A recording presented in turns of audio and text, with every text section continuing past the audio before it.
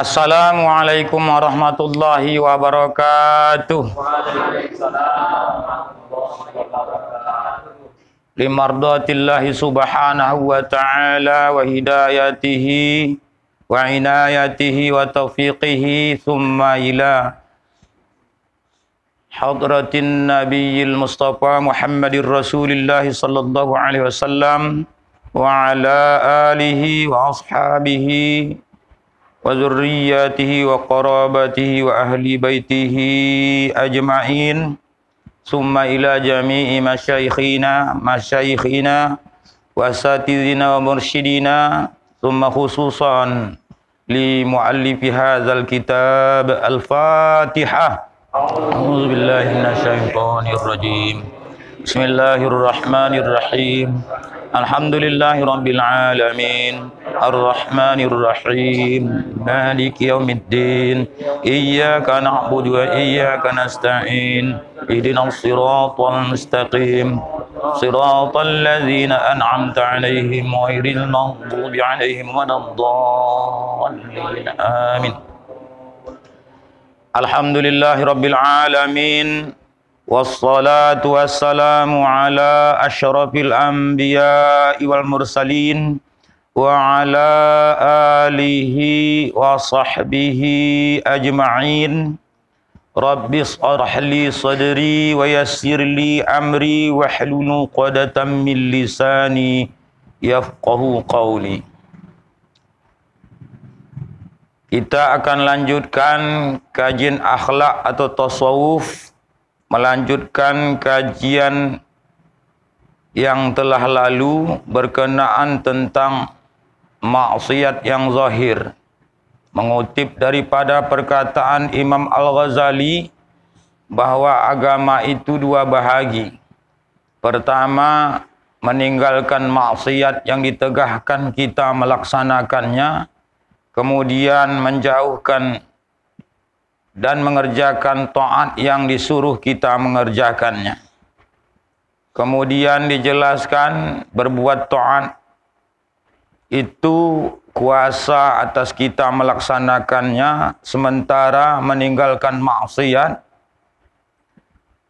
itu sangat sulit bagi kita untuk meninggalkannya, kecuali bagi orang yang benar.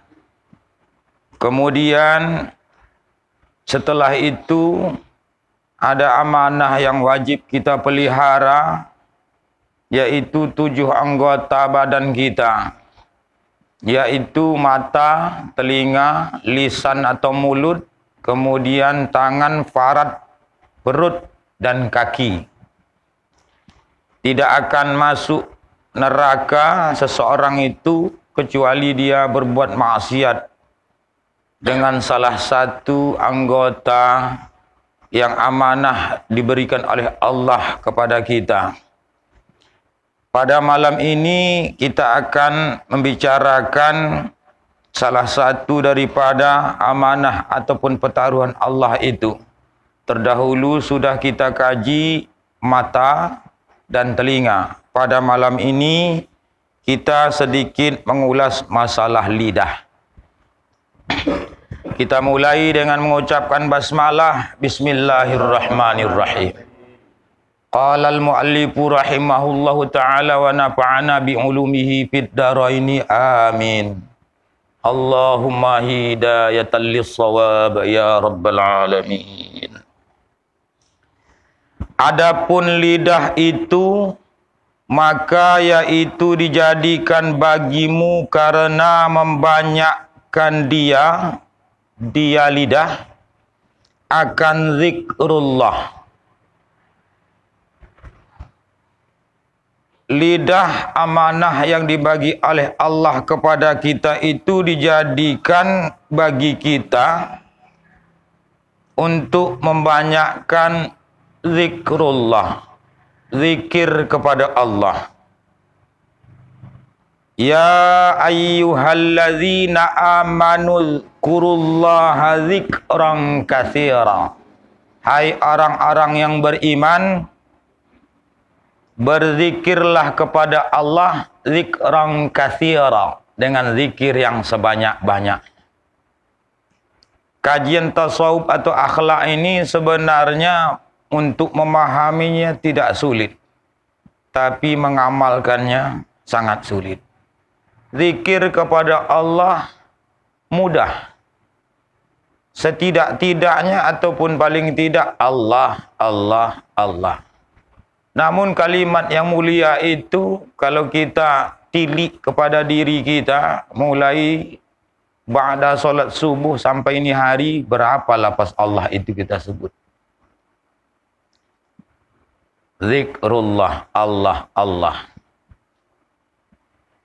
Allah memerintahkan bagi orang yang beriman agar berzikir kepadanya, ingat kepadanya dengan ingat yang banyak. Bukan sebaliknya, sedikit ingat kepada Allah, ingat selain kepada Allah lebih banyak lagi.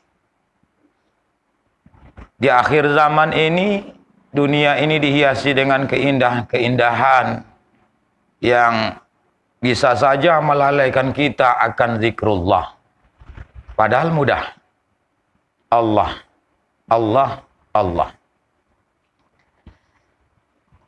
Kemudian di antara fungsi lidah, selain dianjurkan, dijadikan oleh Allah untuk berzikir kepada Allah dan membaca Al-Quran.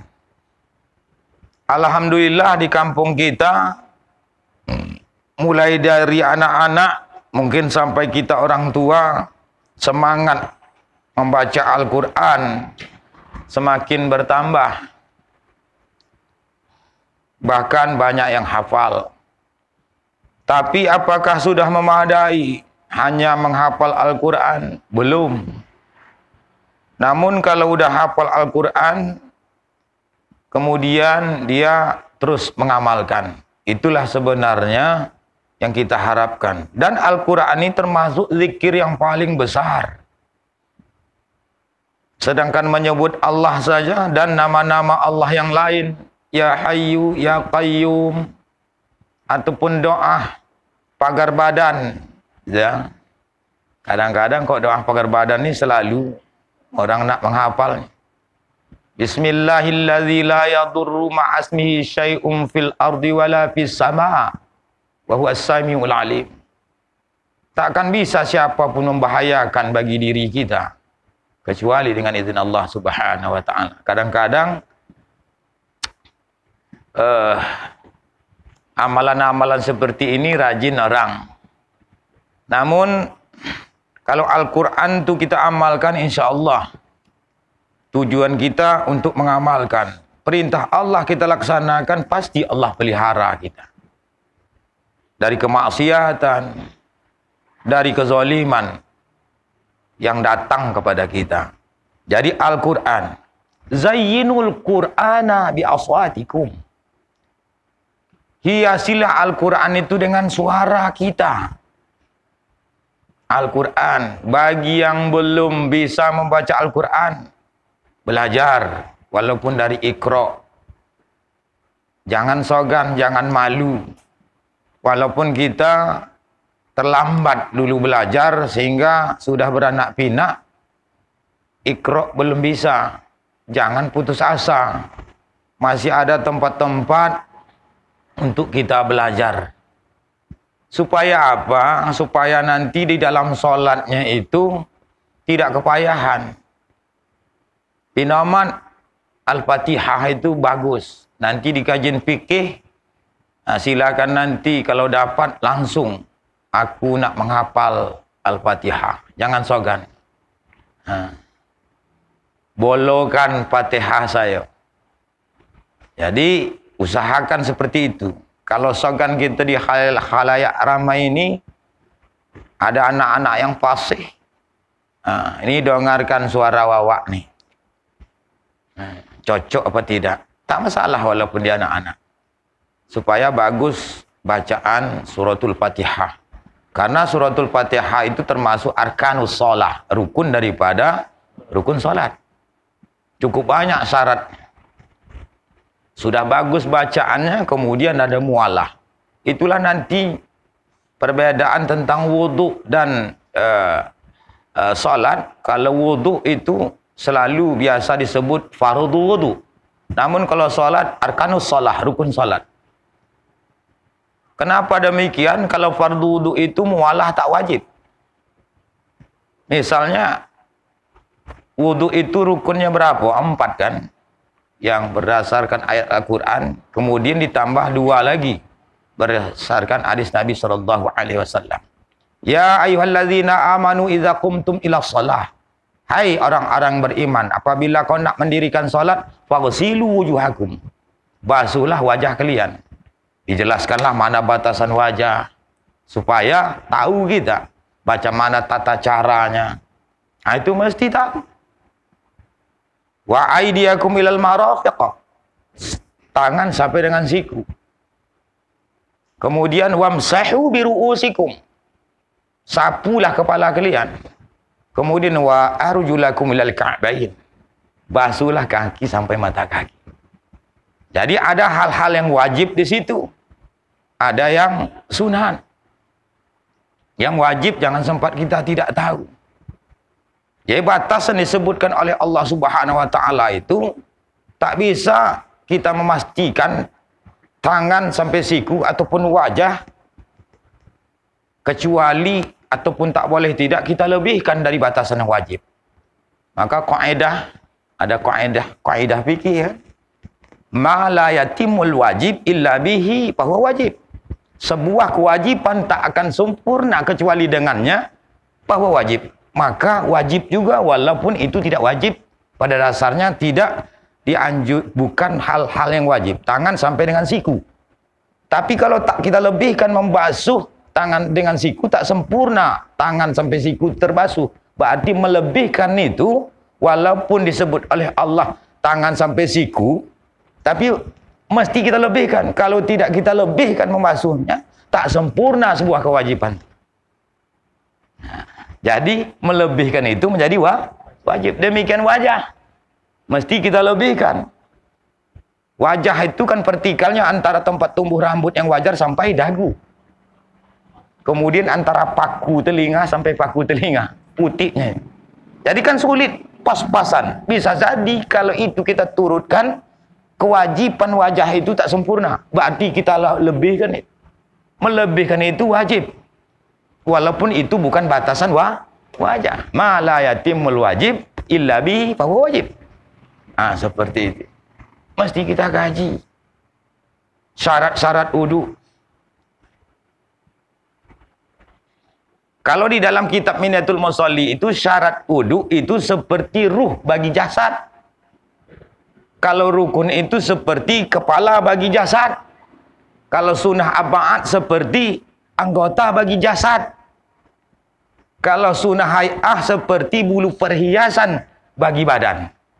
Bagi tubuh. Jadi kalau syarat sholatnya tidak sah, berarti sholatnya tak ada ruh. Ada ruh, cocok syarat sholat. Misalnya tata cara berwudu.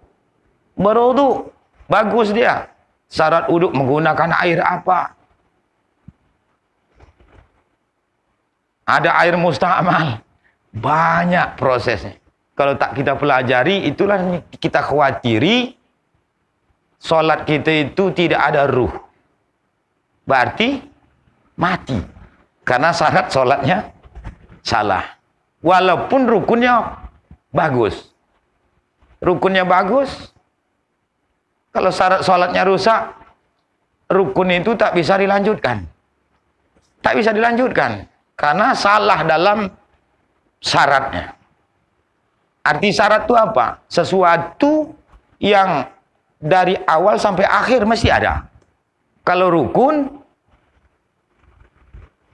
dari awal tidak mesti ada sampai akhir. Kalau syarat dari awal sampai akhir mesti ada. Contoh apa? Wudu menjadi syarat sholat. Wudu itu mesti ada dari awal sampai akhir. Misalnya assalamu sud berhadas kita batal wudu. Bisa lanjut tidak? Tak bisa. Berarti syarat itu mesti ada dari awal sampai akhir. Kalau rukun tidak, Al-Fatihah. Amin. Takkan tak mesti ada dari awal sampai akhir. Pada paling-paling pada Dia tuh mesti pada rakaat yang berdiri bagi yang mampu. Seperti itu mesti kita kaji. Kalau tidak, ajab juga gitu. Kalau di sini nanti sudah itu, ruhnya sudah bagus, syarat sholatnya, kemudian kepalanya ada, kalau rukun sholat tidak ada, kalau rukunnya salah, ibarat badan tak ada kepala. Mati juga kan. Rukunnya salah, pelajari, alhamdulillah, nanti langsung Ustazuna Syahruman untuk mengkaji itu Al-Fatihahnya tasawuf akhir, terutama rukun qauli. Setidaknya Al-Fatihah sesuai dengan kemampuan awak lah. Tapi belajar, salah pun tak masalah. Yang jadi masalah, udah salah tak mau belajar. Kalau salah, belajar salah, tak masalah. Yang salah, yang jadi masalah itu salah, tapi tak mau belajar. Itulah untungnya kita itu di dalam majelis pengajian. Idza marartum bi riyadil jannah, apabila kalian melewati taman surga, fartahu, hampirilah, singgahlah. Wa mariyadul jannah, apakah itu taman surga? Majalisul ilmi. Majalisul ilmu itu majelis tempat menuntut ilmu. Taman surga. Taman surga sikit datang. Taman setan coba. Taman surga. Ya Allah. Makanya dulu kan, itulah ulama itu pandainya. Salat itu ibarat sang raja membuat satu balai. Apa itu balai?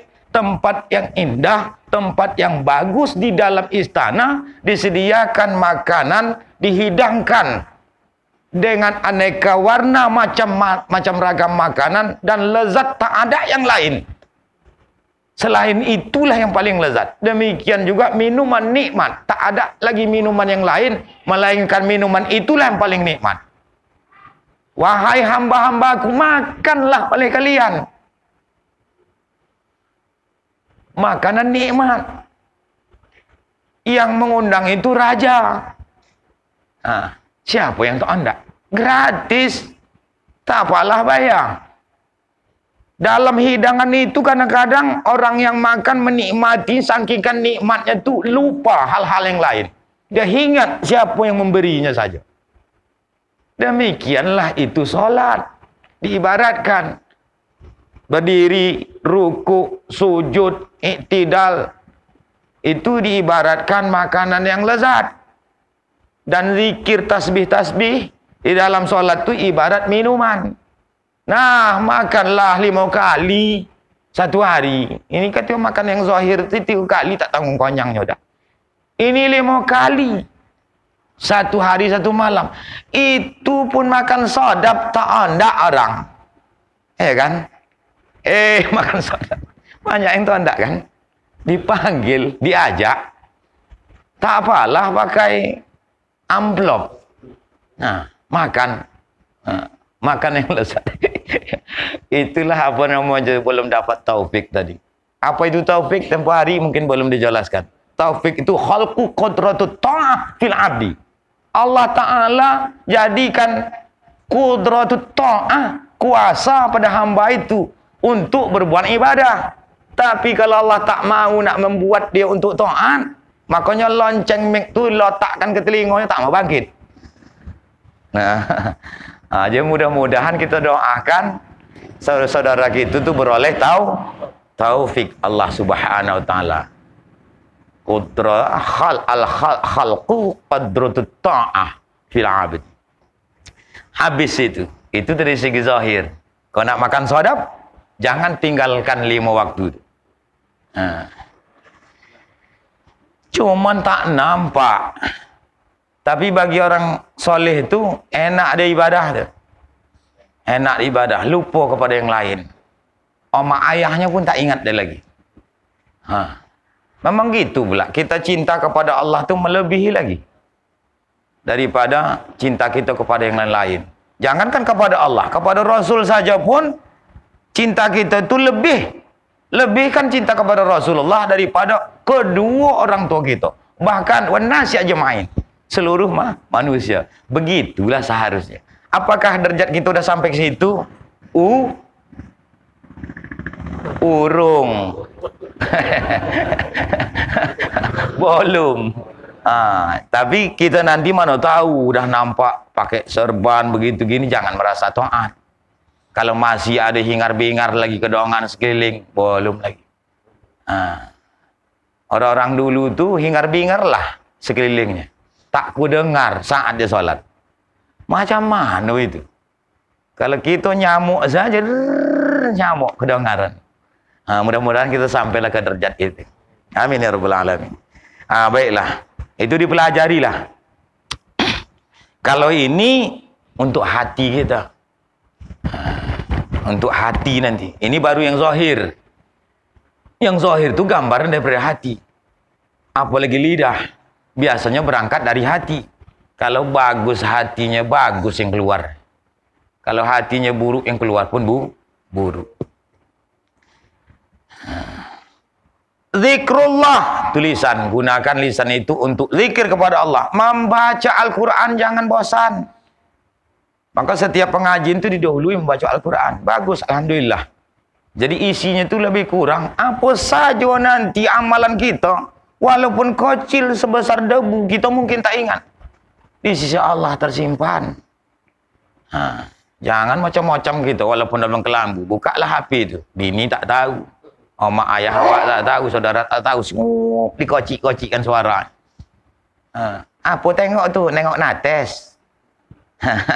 Nengok nates, tahu pak nengok nates? Nengok setan. Nengok setan semua. Iblis tenang aja, tak ada tidur semua. Tengok aja, inilah kesempatan kau. Tengah malam nih, uang sembahyang tahajud dia nengok setan. Allah, berlindunglah kita kepada Allah, janganlah sempat begitu. Iqra'ul Quran, bacalah Al-Quran, fa innahu ya'ti yaumal qiyamah. Nanti pada hari kiamat datang tuh untuk apa? Syafi'an li ashabi, akan memberi syafaat pertolongan bagi siapa yang membacanya. Walaupun terbata-bata tidak masalah. Terbata-bata payah kita membacanya, dapat pahala payahnya pun. Payah kita membacanya tak salah-salah, terbata-bata kita membacanya pun dibagi pahala. Kalau bahasa yang lain mencaut-caut buto tu mana bagi pahala, bagi dosa. Ngerumpi kombu sana kombu sini tak ada hasil. Duduk kita di warung bahas itu ini, citokan aib uang, kesalahan uang.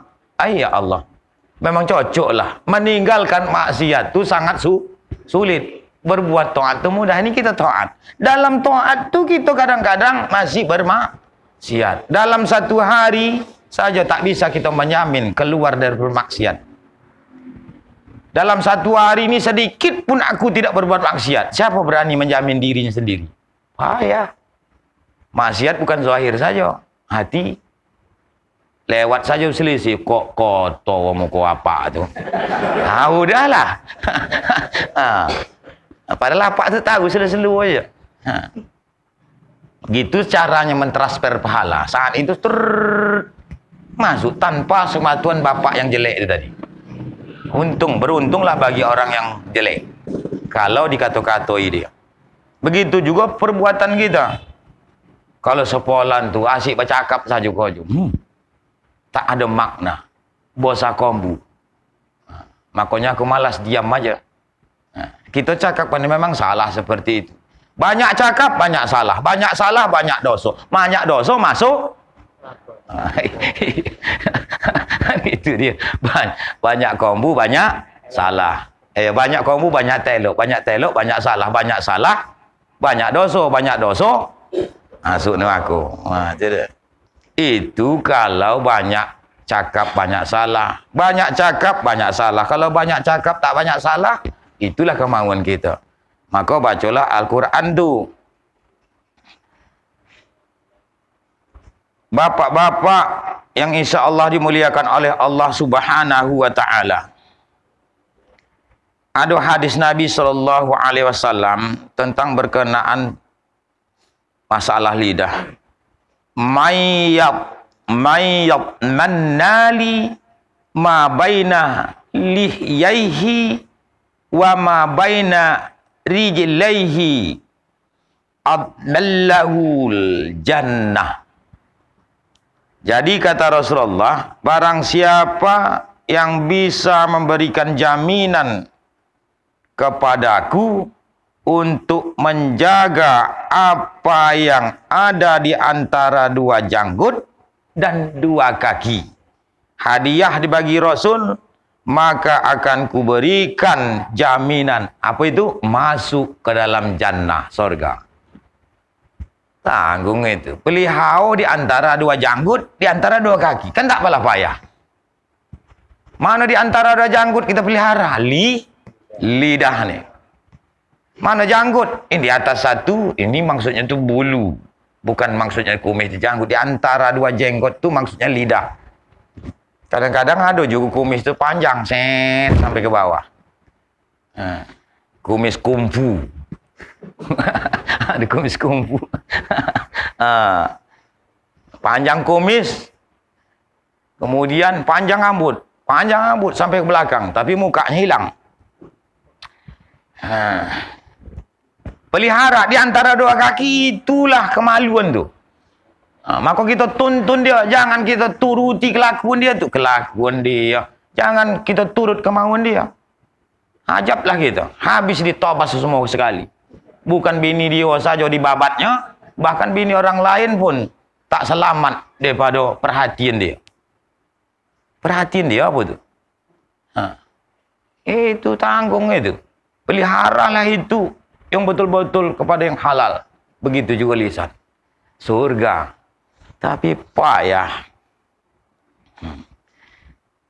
Janganlah sekali-kali lah kita berbuat maksiat seperti itu. Kalaupun dah terjadi, bertobat kita kepada Allah.